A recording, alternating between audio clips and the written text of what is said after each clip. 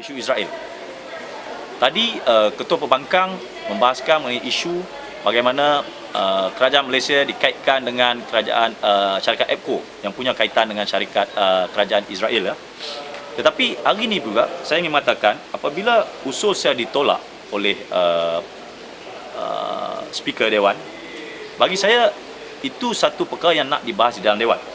Tetapi yang paling saya terkejut ialah pendirian kerajaan Malaysia pada hari ini. Kerana kita sanggup memutuskan hubungan diplomasi, diplomatic relationship dengan Israel. Tetapi sikap kita apabila berlaku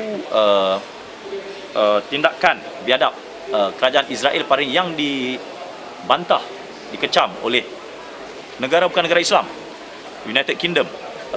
Saya ada bukti bahawa perbahasan dibuat di Parlimen UK dan malah di Indonesia. Benda itu dibuat dengan kenyataan yang amat keras. Tetapi malangnya kita selaku bekas pengerusi OIC yang selalu memain peranan memimpin negara-negara Islam, tetapi kita tidak menyatakan pendirian, malah kita terlewat dan malah pendirian kita amat lemah. Okey. Atas dasar itu, saya risau. Saya risau selaku ahli parlimen menggambarkan dasar luar negara pada hari ini nombor satu ialah tidak konsisten. Yang kedua,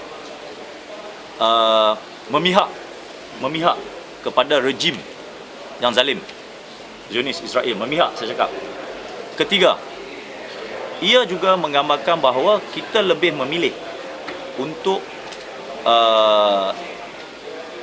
tidak menjadi pemimpin isu-isu yang sebelum ini kita yang menjuarai. So bagi saya yang mengatakan apa kempen juara rakyat tu, rakyat Malaysia menjuarai selama ini ialah isu-isu begini. Hari ini kita tengok rakyat Malaysia kempen juara tapi lemah. Isu apa? Isu Israel pun lemah. Isu dasar luar pun lemah. Dan dalam hal ini untuk memilih, dan saya khawatir apabila jawapan mengatakan sehingga hari ini tidak ada pendirian yang tegas dan tindakan-tindakan konstruktif yang tegas oleh kerajaan. Saya khawatir nasihat apa yang diberikan oleh EPCO, kerana EPCO dikatakan menasihati kerajaan Malaysia mengenai komunikasi, menasihati kerajaan Malaysia dan kedutaan di Amerika. So akibat yang saya nampak hari ini, contoh usul saya sebegini. Usul saya ini memang satu usul yang sebelum ini kita tengok Dewan Yang Mulia ini secara bipartisan atau non-partisan kita bersama-sama dalam isu Israel. Tetapi kenapa sejak akhir-akhir ini isu sebegini pun kerajaan lesu, tidak ada political will, tidak ada komitmen. Adakah soalan saya kepada Menteri Luar, adakah dasar luar negara terhadap Israel, keganasan rejim Zionis telah berubah? Yang saya nampak berubah, saya katakan di sini, dasar luar Malaysia dengan Amerika Syarikat di bawah pimpinan Najib berbeza dengan dasar luar Malaysia dengan Amerika Syarikat semasa zaman Dr. Mahathir. Contoh lawatan yang dibuat oleh Datuk Menteri Jajis lebih ke arah membuka cadangan untuk menghidupkan semula fokus Amerika dan Malaysia yang telah mati. Itu bagi saya satu inisiatif yang baik. Kita mesti engage Amerika Syarikat, tetapi kita tidak boleh jadi telunjuk. Okey. So sebab itu saya dengan tegas mengatakan saya mahu Menteri Luar memberi penjelasan apakah dasar luar negara di bawah kepimpinan sekarang, terutama dua negeri ini, Israel dan Amerika Syarikat. Kerana saya nampak Amerika Syarikat sendiri pun telah berubah mengenai dasar luar mereka terhadap Israel. Joe Biden, Hillary Clinton pun ada kekuatan di dalam program dengan IPAC. IPAC ialah satu badan pelobi Yahudi yang paling kuat di Washington. Hillary Clinton mempunyai kekuatan untuk berucap menyatakan ketekasan Amerika. Di mana Malaysia? Soalannya, adakah bagi saya Malaysia patut ambil peluang ini memperjuangkan dasar luar kita yang menentang kerajaan zalim Zionis Israel? Tapi persoalan saya kenapa membisu. Jadi bagi saya, kalau ini tidak buktikan, bagi saya dasar luar negara pada hari ini telah mengarah kepada dasar yang menyokong. Saya kata menyokong kerana tidak ada tindakan yang kuat, menyokong rejim zalim. Itu saja kalau ada soalan. Lesu ya. Ya, lesu. Okey. Sebab itu saya katakan tadi, saya tidak ada bukti langsung, tetapi saya menimbulkan persoalan dan perlu dijelaskan oleh kerajaan pada hari ini. Kerana bagi saya, semenjak kita mempunyai perunding yang kononnya untuk menasihati negara terhadap dasar-dasar luar dan komunikasi strategik, kerana komunikasi dengan Israel dan sebagainya komunikasi strategik, tetapi manifestasinya ialah sebaliknya, komitmen negara dipertikaikan. So bagi saya mungkin ada nasihat-nasihat yang diberi oleh EPCO itu sendiri yang bagi saya perlu diperjelaskan. Kalau tidak, saya rasa kerajaan perlu menafikan. Kerana jawapan kerajaan mengatakan dasar luar negara, bukan dia tak pakai dasar luar, dia pakai komunikasi strategik dan capacity kerajaan pada hari ini akan dinaikkan imejnya melalui nasihat oleh perunding EPCO.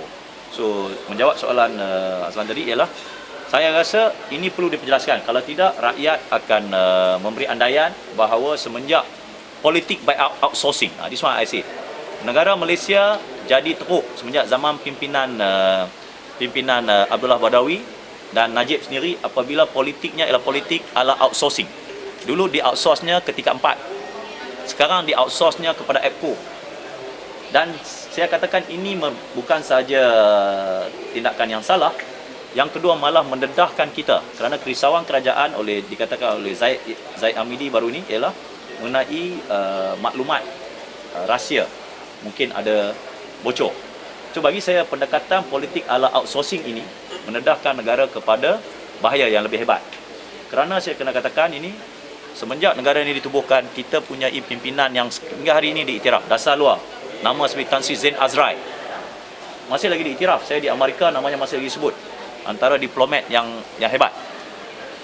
Tan Sri Kamel ketika itu bertanggungjawab membawa Malaysia ketika di bawah kepimpinan Anwar Ibrahim menjadi Presiden Sekretariat Pengurusi UNESCO. Anwar Ibrahim ketika itu kita ke Amerika membentuk pusat kajian pemahaman Islam dan Kristian di Universiti Georgetown. Kita tak pakai mana-mana pelobi pun, dilakukan oleh anak Malaysia, terbukti hingga hari ini membawa menaikkan imej Malaysia. Tetapi kerajaan Abdullah Badawi dan Najib, politik outsourcing ini menggunakan apa? Jack Abramoff. Imej yang naik apa? Imej rosak Malaysia, terpalit dengan pelobi Arab.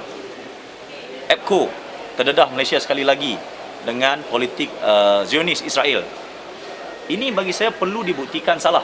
Kalau tidak, kerajaan hari ini dikala melancarkan new economic model akan gagal kerana isu of confidence. Saya kena kata, saya mahu kerajaan respon isu ini kerana saya mengatakan new economic model akan gagal atas dua sebab. Satu, confidence tidak ada, kerana dilancarkan dikala konsultan perunding, komunikasinya itu terpalit. Kedua, gagal kerana pada masa yang sama UMNO menunjukkan the true colour kemasukan Ahmad Ismail di Pulau Pinang. So bagi saya, harapan penokong-penokong UMNO Barisan Nasional BN untuk UMNO berubah, saya rasa tidak. Kerana new economic model itu satu percubaan oleh Najib untuk meniru Pakatan Rakyat, terutama keadilan, dengan new economic agenda ekonomi Malaysia yang lebih ke depan. So bagi saya, new economic Malaysia akan fail atas sebab tadi politik ala outsourcing. Okay, thank you very much.